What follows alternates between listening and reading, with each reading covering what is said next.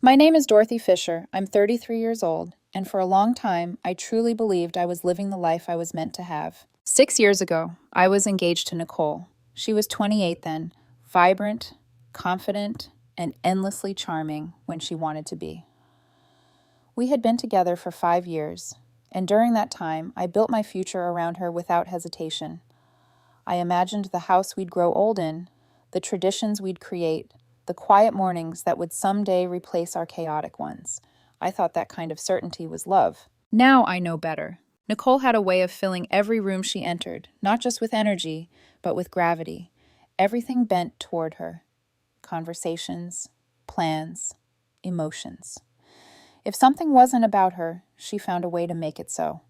I didn't recognize it as a problem back then. I called it confidence. I called it passion. I told myself that strong women took up space, and that loving one meant learning to orbit around her. There were signs, so many signs. When I got promoted after working overtime for nearly a year, Nicole congratulated me for exactly 30 seconds before launching into a monologue about how her own boss didn't appreciate her talent. At my mother's birthday dinner, she arrived late wearing a dramatic dress that immediately drew attention, then redirected the conversation toward her stressful week and how no one ever supported her enough. Each time I swallowed the discomfort, I told myself relationships weren't about tallying sacrifices. Love meant acceptance. Love meant patience. When we started planning our wedding, Nicole took control immediately. She chose the venue, the colors, the guest list priorities, even the cake flavor. I barely had input, but I convinced myself that was fine. She seemed so invested, so driven. I thought letting her lead was easier than fighting for space she didn't think I needed. "It's our wedding," she'd say with a smile that somehow shut the conversation down. "You'll see. It'll be perfect." And honestly, it was, at least on the surface. The morning of the wedding, everything looked exactly like Nicole had envisioned. Soft lighting, perfectly coordinated florals, guests smiling, murmuring, waiting. My family hugged me, my friends reassured me, and I stood there feeling nervous but hopeful. This was it, the finish line, the moment all the compromises would finally make sense. When the music began and the wedding party started down the aisle, my heart raced. I couldn't stop smiling. I was ready to see Nicole, ready to lock eyes with her and know we'd made it. Then the music stopped. At first, I didn't panic. I assumed there was a delay. A last-minute dress issue, a missing accessory. 5 minutes passed, then 10. The air shifted. I could feel it before I heard it, the whispers, the chairs creaking as people leaned forward. My maid of honor caught my eye. Her expression wasn't confused. It was worried. A moment later, one of Nicole's bridesmaids approached me. Her face was pale, her hands trembling. She held out a folded piece of paper without meeting my eyes. I took it. Inside were just a few words, written hastily, like they'd been an afterthought. "I can't do this. I need to figure myself out. I'm sorry." That was it. No explanation, no conversation, no goodbye. I remember the sound my own heartbeat made in my ears. I remember the way the room seemed too bright, too quiet, too full of people suddenly staring at me. I stood there, frozen, holding a note that had just dismantled 5 years of my life. Eventually, someone asked what was going on. I had to turn around and tell them Nicole wasn't coming. The pity on their faces was unbearable. It felt like standing naked under fluorescent lights, exposed and powerless. I hated the way people avoided my eyes. I hated how small I felt in a room that moments ago had felt like home. Nicole didn't call. She didn't text. She vanished. The rest of the day blurred together in logistics and apologies. I canceled vendors. I reassured guests. I made excuses for a woman who couldn't even face me. I told people she was overwhelmed, that she needed time. I was still protecting her because admitting the truth felt worse. Weeks later, I found out what she had actually been doing. Nicole hadn't been finding herself. She had been seeing another man, someone she met on a work trip 3 months before our wedding. She'd been going back and forth between us, weighing her options like I was a choice on a menu. The wedding day had forced her to decide. She chose him. That revelation didn't just break my heart. It rewired it. I replayed every moment of our relationship, wondering how I missed it. How many times I'd ignored my own instincts just to keep the peace. How often I'd shrunk myself so she could feel bigger. As humiliating as that day was, it forced me to confront something I'd avoided for years. I had been settling. I'd mistaken self-erasure for devotion. I'd believed that love meant endurance instead of reciprocity. Being left at the altar wasn't the worst thing that could have happened to me. Spending a lifetime with someone who never truly saw me would have been worse. That day shattered me, but it also set me free. I didn't know it yet, but the life I was about to build would demand strength I didn't realize I had. Why? And Nicole? She wasn't done with me. Not even close. It took me a long time to stop flinching at the sound of my own name. After Nicole disappeared, people tried to comfort me in the ways people always do after public heartbreak. They brought casseroles, sent awkward texts, told me I'd dodged a bullet. And maybe I had, but bullets still leave bruises even when they miss your heart. The first few months were survival. I went through the motions at work like a ghost in business, casual.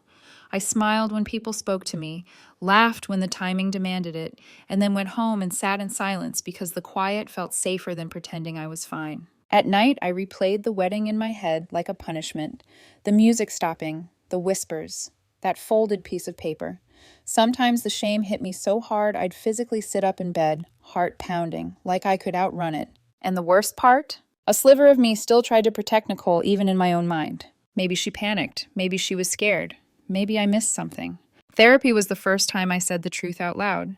She chose humiliation over honesty. My therapist didn't call her evil. She didn't label Nicole a monster. She just asked me, gently, why I believed love meant tolerating disrespect. Why I measured my worth by how much I could endure. It wasn't a quick fix, but it was the beginning of a different kind of strength. Quiet, unglamorous, built one truthful sentence at a time. I threw myself into work. Partly because I needed structure, partly because I didn't trust my mind when it had too much room to wander. I started saying no to things I didn't want. I stopped explaining my boundaries like they needed permission to exist. I learned how to be alone without feeling like I was being punished. Dating wasn't even on my radar for a long time. I didn't want someone new. I didn't want vulnerability. I didn't want to hand anyone else the power to knock the air out of my lungs with a single decision. Then my friend Eric invited me to a backyard barbecue. I almost didn't go. It felt ridiculous to show up somewhere cheerful when my inside still felt like aftermath. But Eric was persistent, and something in me, some stubborn little spark, whispered that I couldn't keep hiding forever. So I went, telling myself I'd stay for 1 hour and leave the moment I felt overwhelmed. That's where I met Grace. She wasn't the loudest person in the yard. She wasn't trying to perform. She was sitting at a picnic table with a little boy who had just spilled his drink all over himself. Everyone else laughed. Not cruelly, more like that instinctive kids are chaos kind of laugh. But Grace didn't join in. She grabbed napkins, crouched down, and joked with him in this calm, warm way that made him stop looking like he wanted to cry. I watched her for a moment too long, and something in my chest tightened. Not with fear, but with recognition. Realness. When I finally walked over, I didn't have a smooth line. I didn't have game. I had awkward small talk and nervous energy. Grace didn't make me feel stupid for it. She smiled, asked my name, and actually listened to the answer like it mattered. We talked for the rest of the afternoon, about nothing and everything. Favorite movies, pet peeves, the weirdest jobs we'd ever had.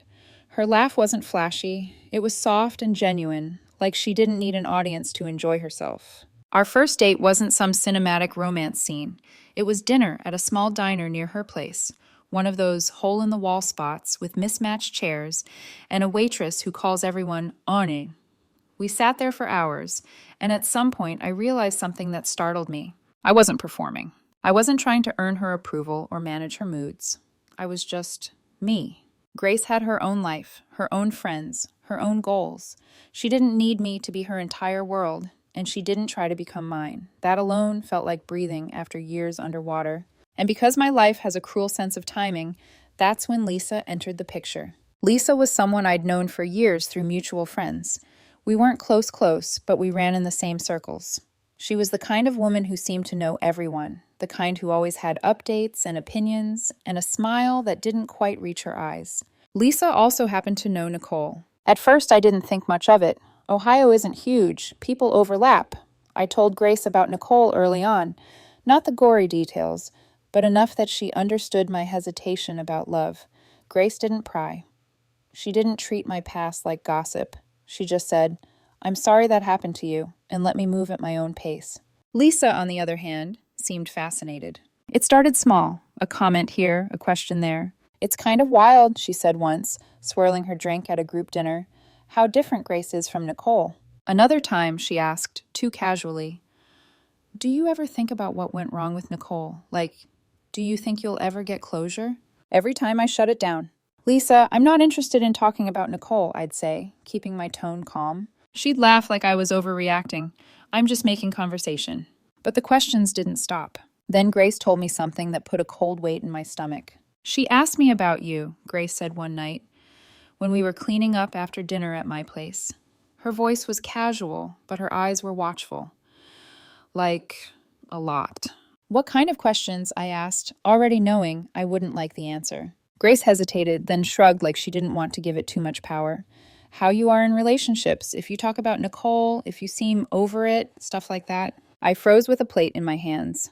That's weird, I said carefully. Grace nodded. It's not just curiosity, Dorothy. It felt like she was collecting information. That sentence landed like a warning bell. Not long after, Lisa hosted a small dinner party.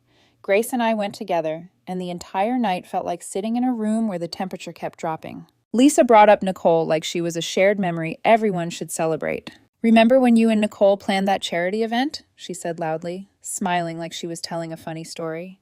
You two were such a great team. My jaw tightened. Grace didn't flinch. She kept her expression polite, even warm, but I noticed the way her fingers curled tighter around her glass, the way she leaned a fraction closer to me. Not clingy, just steady, like a quiet reminder that we were in this together. On the drive home, Grace finally exhaled. I don't trust her, she said simply. I kept my eyes on the road, but my hands were gripping the steering wheel harder than necessary. Lisa? Grace nodded. She doesn't feel on our side. I wanted to dismiss it. I wanted to believe Lisa was just socially clueless. But something in me, the part of me that had ignored red flags before, refused to go back to sleep.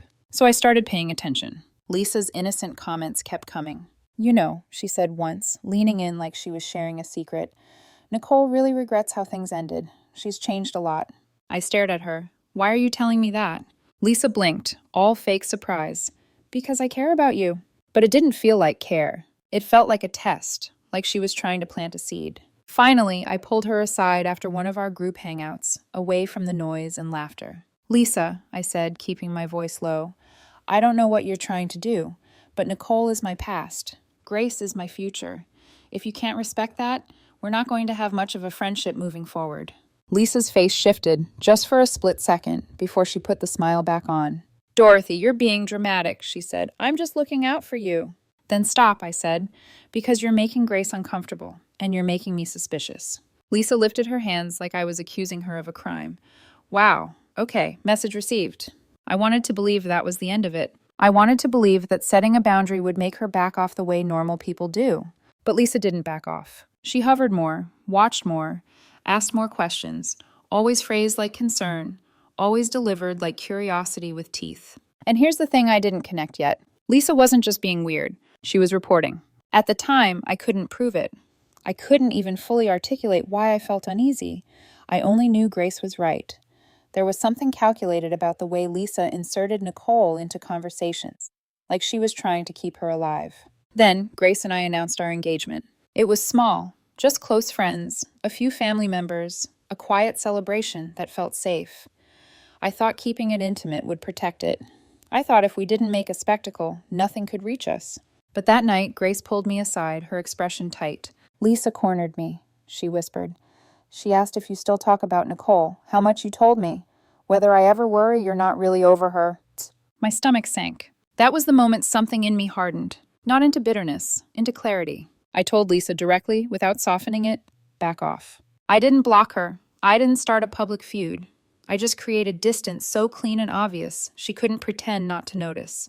And for a brief moment, life felt normal again. Grace and I planned our wedding. We booked the venue, tasted cakes, argued over seating charts in the most ordinary, loving way. We laughed more than we fought. We built routines that felt like home. For the first time in years, I let myself believe in joy without waiting for it to be taken away. Then, 2 weeks before the wedding, Nicole reappeared. Not in my life, in my inbox. And the moment I saw her name, my entire body remembered what my mind had been trying to forget. Seeing Nicole's name in my inbox felt like being yanked backward in time. For a full minute, I just stared at the screen. My chest tightened, my palms went cold, and my first instinct was pure, irrational panic, like she still had the power to upend my life with a single word. I hated that reaction. I hated that my body remembered her even when my mind knew better. I should have deleted the email immediately. Instead, I opened it. It was long, dramatic, apologetic in that way that sounded emotional without actually taking responsibility. Nicole wrote about how leaving me had been the biggest mistake of her life, how she'd lost herself back then, how she'd changed, how she thought about me all the time. She said she needed closure. She begged me to talk to her, just once. 2 weeks before my wedding. I didn't respond. I didn't owe her forgiveness or conversation or emotional labor.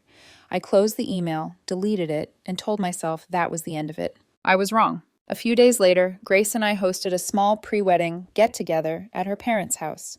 Nothing fancy, just close friends, family, food on long tables, fairy lights strung across the backyard. It felt warm, safe, like a pause before the chaos of the big day. I didn't know that safety had already been breached. About halfway through the night, I heard someone say, "Wait, is that Nicole?" My stomach dropped so hard it felt like I might actually fall. I turned around. She was walking up the driveway like she belonged there, heels clicking, black dress hugging her frame, hair styled perfectly. She didn't look like someone stopping by out of desperation. She looked like she was making an entrance. My first thought was, how did she know about this? My second was Lisa. Grace stepped closer to me instinctively, her hand brushing mine. I could feel the tension radiating off her, even though her face stayed calm. "Dorothy," Nicole said brightly, like we were old friends running into each other at the grocery store. "It's so good to see you." I didn't answer. She didn't seem to notice, or didn't care. She launched into a speech about how she'd been thinking about me nonstop, about how she wanted to make things right, about how she knew we were meant to be. "Nicole," I said, keeping my voice as steady as I could, "you shouldn't be here." She ignored me. She cried. She apologized. She talked about fate, about love, about how leaving me had been a mistake she'd regret forever. It was surreal, like she thought she was the main character in a movie where persistence equals romance. Grace finally stepped forward. "You need to leave," she said calmly. "This is our celebration. You weren't invited." Nicole looked at her like Grace was an obstacle, not a person. Like Grace was the problem standing between her and something she believed still belonged to her. "You don't understand," Nicole snapped. "Dorothy and I have history. This isn't about you." That was it. "This is exactly about Grace," I said sharply. "She's my fiancé. I love her. You don't get to rewrite my life because you regret your choices." For a moment, Nicole just stared at me, like she was trying to recalibrate a reality where she didn't get what she wanted. Then she threw one last line over her shoulder as she stormed off. "You're going to regret this." The rest of the night was strange. Grace's parents were supportive, reassuring us it wasn't our fault. People tried to lighten the mood, but I could feel the tension under everything, like a low hum. Later that night, Grace didn't say much. She didn't need to. The next morning, I called Lisa. I didn't ease into it. I didn't soften my tone. "Did you tell Nicole about the party?" There was a pause. Too long. "I might have mentioned it," she said defensively. "I just thought she deserved to know what was going on." My hands shook with anger. "Why would you think that was okay?" I snapped. "You know what she did to me. You know I'm marrying Grace." "She's my friend too, Dorothy," Lisa shot back. "She's been struggling." "You don't get to decide that for me," I said. "You've been stirring the pot for months, and I'm done. Stay out of my relationship."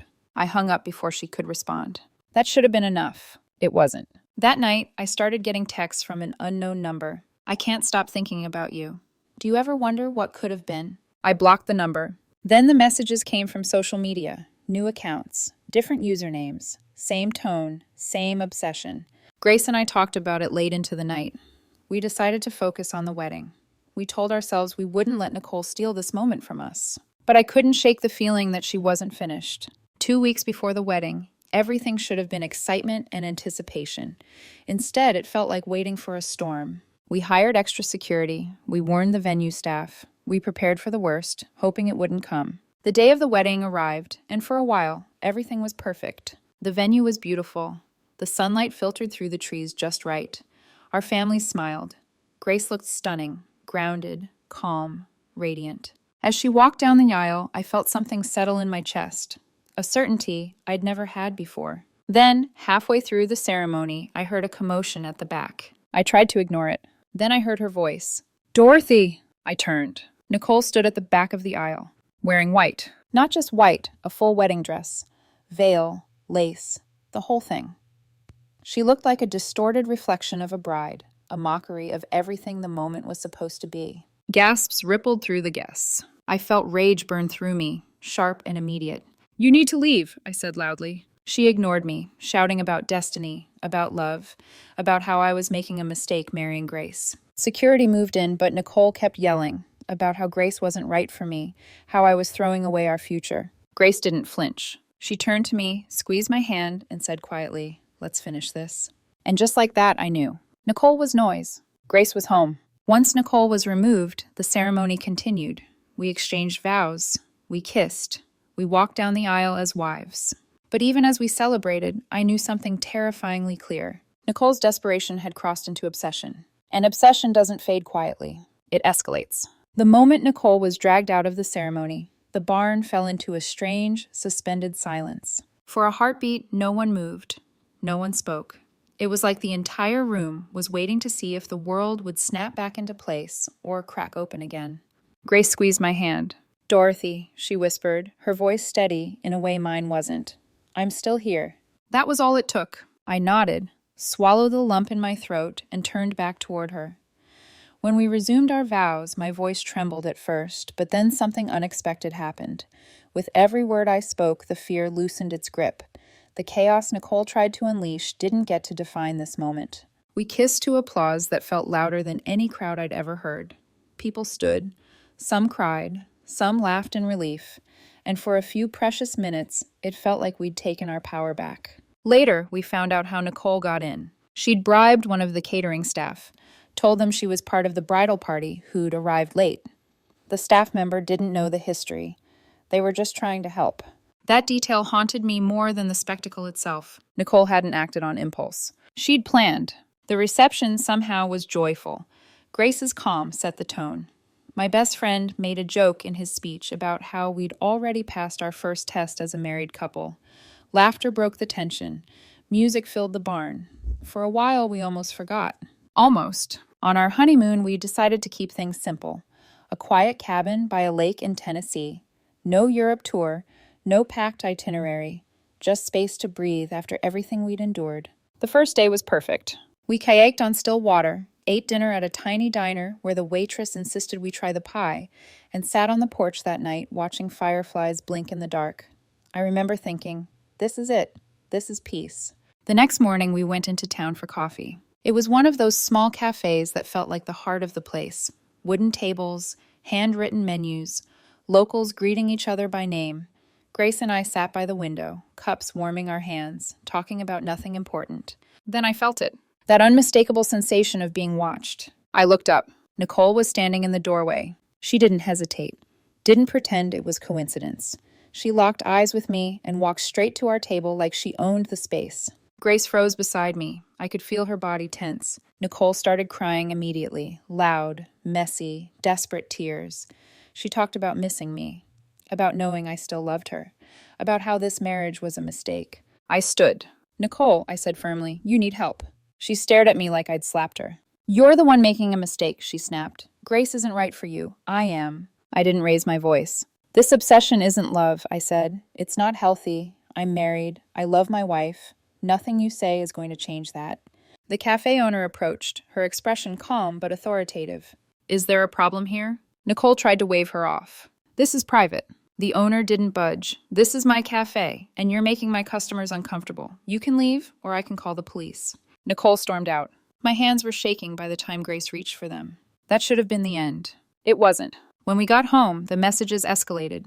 Accusations replaced apologies. Nicole sent fake screenshots, conversations that never happened, trying to make it look like I was cheating on Grace. She sent them directly to my wife with captions like, "You deserve to know the truth." Grace showed me every single one. We laughed at how poorly made they were, but the intent behind them wasn't funny. It was calculated. Malicious. Then Nicole went after my parents. She showed up at their house unannounced, sobbing, spinning a story about how Grace was controlling me. My parents shut her down immediately, but the fact that she'd crossed that line left me shaking with rage. The final straw came one afternoon when Grace left her yoga class. Nicole was waiting.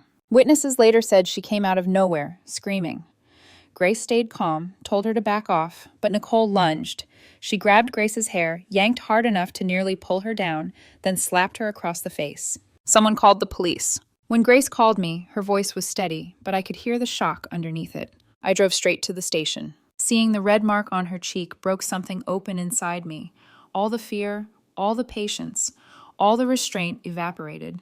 Nicole had crossed into violence. We pressed charges without hesitation. As the legal process began, one truth became painfully clear. Ignoring Nicole hadn't worked. Reasoning with her hadn't worked. Boundaries without consequences meant nothing to someone who believed she was entitled to my life. And as exhausted as I was, as shaken as Grace was, I knew this wasn't just about surviving Nicole anymore. It was about ending her access to us for good. The days after Nicole's arrest were unsettlingly quiet. No texts, no new accounts, no dramatic appearances. The silence felt unnatural, like the calm after a tornado, when you're not sure if it's truly over or just regrouping. Grace and I moved through those first few days slowly, carefully, like we were afraid to make too much noise and wake something up. We stayed close to home, took long walks, sat together on the couch without needing to talk. For the first time in months, my phone stayed silent. And then Nicole's parents called. I almost didn't answer. My chest tightened the moment I saw her mother's name on my screen. But something told me avoiding the call wouldn't bring peace. It would just delay whatever was coming. Her mother sounded exhausted. Not defensive, not angry, just worn down. She didn't excuse Nicole's behavior. She didn't deny it. She said things had been bad ever since Nicole left me for that man years ago. Apparently that relationship hadn't just ended. It had shattered her. I didn't ask for details. I didn't need them. Hearing that explanation stirred complicated emotions. Sympathy tried to sneak in, but it didn't erase the damage Nicole had done. Trauma explains behavior. It doesn't excuse it. Nicole's parents had been trying to get her into therapy for years. She'd refused. Now, with charges pending, they were hoping this would finally be the push she needed. Her mother asked if we would consider dropping the charges, only if Nicole committed to intensive therapy and stayed far away from us. Grace and I talked for hours. We weren't interested in revenge. We were interested in safety, peace, finality. So we agreed, but with conditions. Nicole had to enter therapy immediately and stay in it. She had to move out of state, far from us. And if she ever contacted us again, even once, we would go straight to the police. Her parents agreed without hesitation. Nicole moved to North Carolina to stay with extended family. Therapy began. Updates came through her parents, not her. And slowly life returned. Grace and I rebuilt our routines. We laughed again, without checking over our shoulders. We stopped bracing for impact. We reclaimed our sense of normal. Dropping the charges wasn't forgiveness. It was choosing our future over her chaos. Nicole no longer has access to our lives, and that is the truest form of closure I know.